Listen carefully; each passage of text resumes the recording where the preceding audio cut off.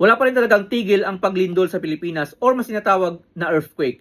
Pero alam mo ba kung anong nangyayari sa ilalim ng lupa natin kapag nagkakaroon ng earthquake or paglilindol?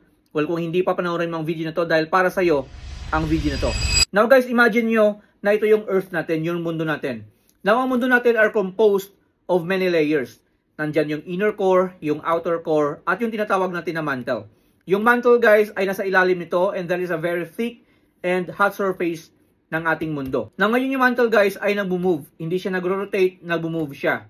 At yung movement na yon ay dahil yon sa pressure or sa init na pumapaibabaw galing sa inner core natin. At yung movement na yun guys ay nagka-create siya ng current na yun naman yung nagpapagalaw sa ating tectonic plates. At nagkakaroon tayo ng earthquake dahil sa movement ng ating tectonic plates. Pero bago tayo mag-proceed sa tectonic plates guys, let me explain this layer first sa inyo. Now imagine nyo guys, ang layer na to ay eggshell.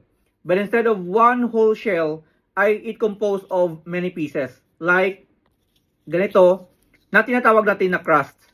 Now ngayon guys, yung mga crust, yun yung tinatawag natin na tectonic plates. At yung tectonic plates, yun yung gumagalaw or nag-move. And sometimes, they collide. Nagkakabanggaan sila. At dahil sa banggaan na yun guys, yun yung nagkakaroon tayo ng paglilindol or earthquake. Dahil syempre nagkabanggaan yung dalawang crusts. But here's the tricky part guys. Sometimes yung mga crust natin ay hindi lang sila basta nagbabanggaan. Sometimes they split. They create cracks. Parang ganito. Nagka-cracks. And sa cracks na yun guys, yun tinatawag natin na fissures. At yun sa cracks na yun, doon yung lumalabas sometimes yung ating lava or magma. Pero hindi lang yan.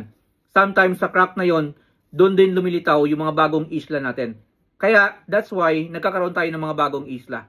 Dahil sa crack na namuo sa ilalim ng lupa natin. So yung tectonic plates natin guys, hindi lang sila basta nagbabanggaan. Sometimes they split apart, nagkakaroon ng cracks.